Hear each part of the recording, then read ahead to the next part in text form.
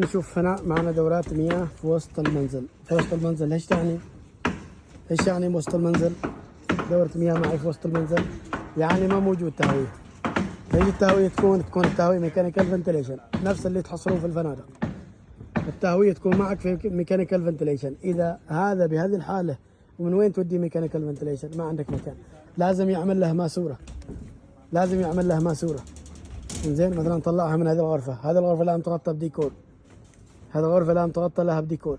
إذا هو ما يريد يمررها من هنا، ممكن يعمل الماسورة في السقف ويركب بها ايش بعد يركب هذه الميكانيكال فنتليشن اللي هي المروحة على البيب هذا المركب، وبتكون التهوية معها بالأعلى. وإذا يريد يغلق، ما يريد في السقف الفتحة، ممكن يمرر لها بيب إلى الخارج ويكون تحت فوق السيلينج أو فوق الديكور لهذه الغرفة اللي موجودة هنا. إنزين، عما تجلس بهذه الحالة بيكون ما فيها أي فنتليشن. ضروري تأكد وتنبه بهذه المواضيع، أن هذه هي الخطوة اللي أنت ممكن تغير وتبدل فيها وتسوي وتعمل وتزيد وتغير وتنقص.